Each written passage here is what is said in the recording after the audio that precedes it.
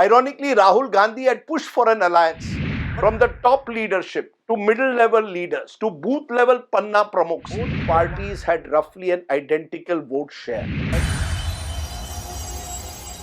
Views expressed in this blog are hosted on my own website, are strictly personal, and do not reflect the views of any organization. Namaskar, happy Dashera, Dashera ke Shubhkamnaएं. Hello and welcome to Straight Bat, my weekly video blog where, as the title suggests, I comment with a straight bat.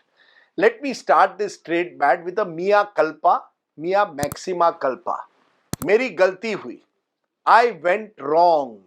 I got the Haryana election results wrong, badly wrong. Hawa mujhe dikhi nahi. The only solace that I have is that almost every pollster, pundit, and even reporter that I know predicted a Congress win in Haryana after 10 years of BJP rule. So let's once and for all settle that question.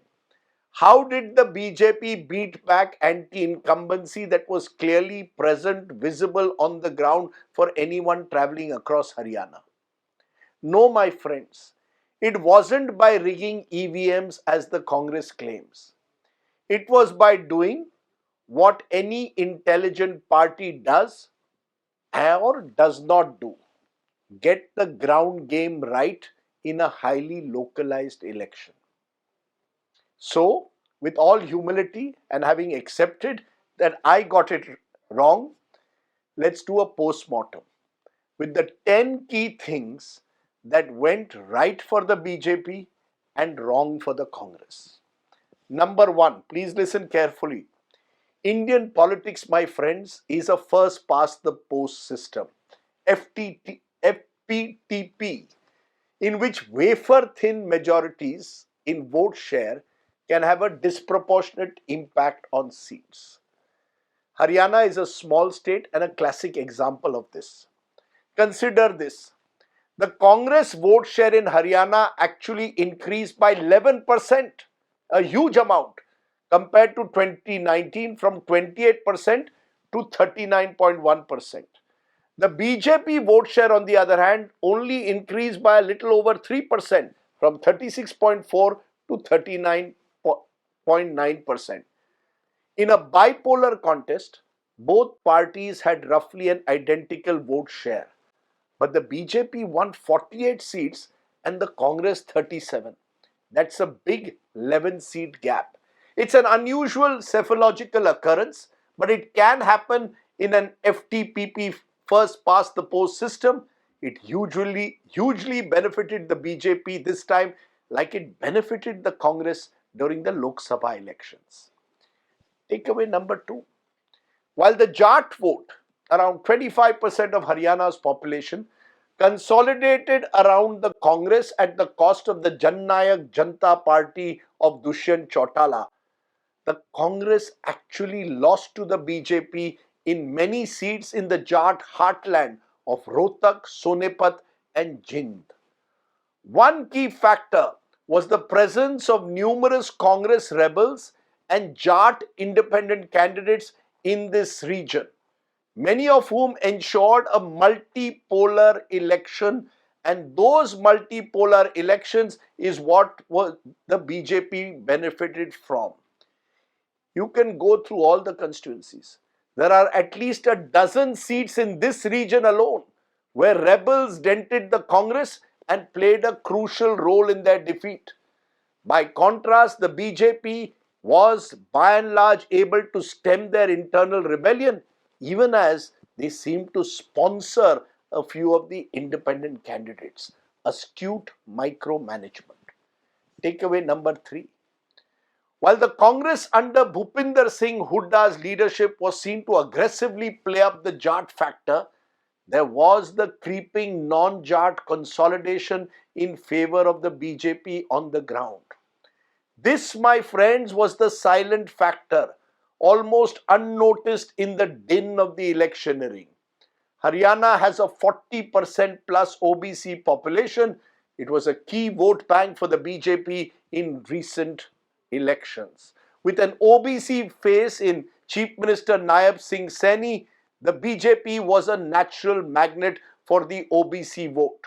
Not as vocal perhaps as the Jats, but certainly just as effective at the polling booth. Remember, the BJP very intelligently removed Manohar Lal Khattar in March, brought in Nayab Singh Saini, offset some of the anti-incumbency and got in an OBC face. By contrast, Rahul Gandhi may have spoken of OBC empowerment and a caste census, but on the ground in Haryana, the party did not have OBC leaders' faces to counter the BJP. Takeaway number 4. In the 2024 Lok Sabha elections, where the Congress and the BJP were tied at 5 seats each, the Congress's incremental vote came from the Dalit voter, around 22% of Haryana's population. The Congress's Samvidhan Khatre Mein Hai, Constitution in Danger slogan struck a chord. It ensured a substantial shift in the Dalit vote in Haryana during the Lok Sabha elections.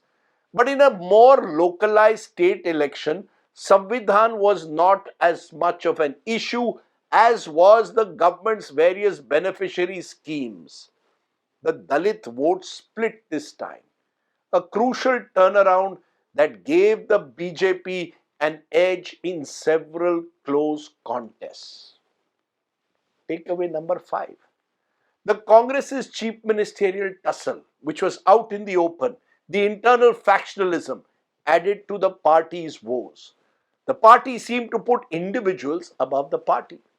The BJP too had its rebels and chief ministerial aspirants.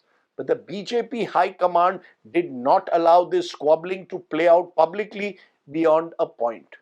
By contrast, the Congress's leading Dalit face Kumari Selja was completely relegated to the margins in the campaign.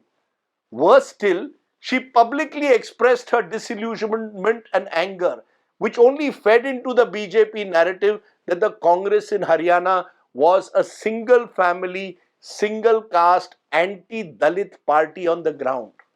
In hindsight, the Congress may have been better off putting up a collective leadership rather than showcasing only a 77-year-old two-time CM in Hooda and his son Bhupinder as their sole mascots.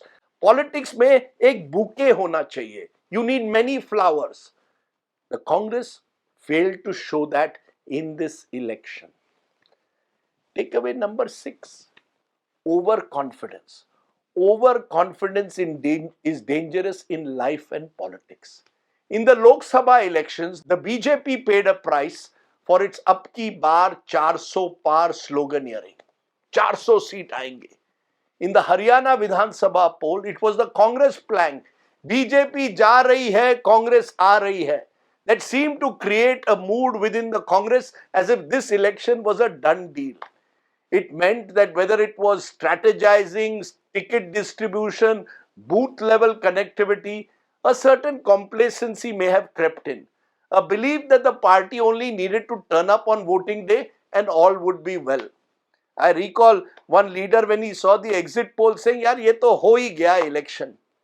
My friends, as we saw in Lok Sabha, an election is never done till the last moment. Never take the voter for granted. Takeaway number 7. In sharp contrast to the Congress, the BJP course corrected between the Vidhan Sabha and Lok Sabha elections. From the top leadership to middle level leaders to booth level Panna Pramukhs, the party's organizational machine, backed by the RSS, plugged all the gaps at the local level, leaving nothing to chance, making sure they did the necessary, as I said, micromanagement. Then whether it was policy shifts like changing the creamy layer criteria for OBC reservation or the basic door-to-door voter connect, the BJP had the bench strength, the foot soldiers and the resources to work on the ground. Do you know there are blocks in Haryana where the Congress does not even have block presidents? The BJP took the risk of dropping a number of its sitting MLAs and ministers. By contrast, the Congress did not change a single sitting legislator. Takeaway number 8. The BJP did not hesitate to use state power and its resources where needed. While the Hoodas are resourceful politicians, the BJP leadership is unmatched in its ability to leverage whatever it takes credo at election time. Totally amoral in a way. For example, the manner in which Gurmeet Ram Rahim, a rape and murder convict, was given parole just before polling. Classic example of this Sam Dam Dandabhe. Just how many votes the Dera chief brought to the BJP's kitty is unclear. But remember, my friends, in a tight election, even a few thousand votes can make all the difference. Takeaway number 9. The Congress decision not to tie up with any other party, any other India ally, be it the Aam Aadmi Party or even the Samajwadi Party, may have in hindsight been a bad judgment call. The AAP got only a little over 1.5% vote, didn't even win a single seat.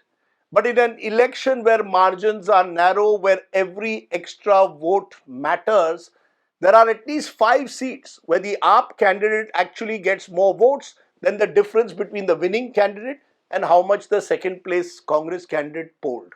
A broader alliance on the ground might have sent the right message, at least in perceptual terms. कि हम इकट्ठा हैं, we are fighting together. Ironically, Rahul Gandhi had pushed for an alliance, but then left for the United States and was reportedly overruled by the local leadership, which raises several questions over the Congress's decision-making process in the end. Takeaway number 10. In the final analysis, and this is important, my friends, state elections in this country are becoming increasingly hyper-localized. They are elections that more often than not, therefore, will be won by your local level organizational strength. Rahul Gandhi's yatras may have given the Congress some element of an ideological drive. But the truth is the party still cannot match the BJP's ground game.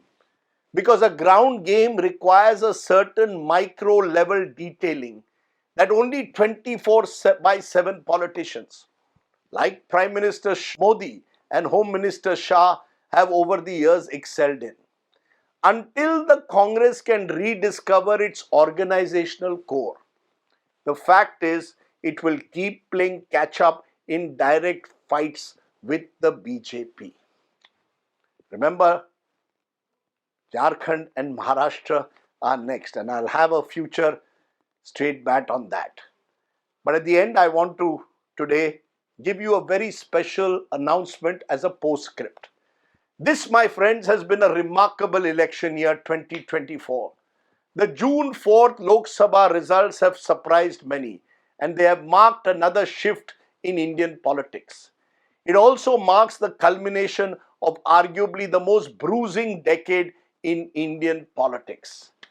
At this special moment, I am delighted to inform all straight bat viewers that on this auspicious day of Dussehra, I have just finished my book, 2024, The Election That Surprised India, with all the twists and turns. It will be out in the bookstores next month, and it is already now ready for pre-ordering on Amazon. So you can pre-order it on Amazon. Go and click on this link, and I hope you will enjoy reading it as much as I have writing it. And of course, remember to watch Straight Bat and subscribe to my YouTube channel. Stay well, stay safe. Jai Hind. Namaskar.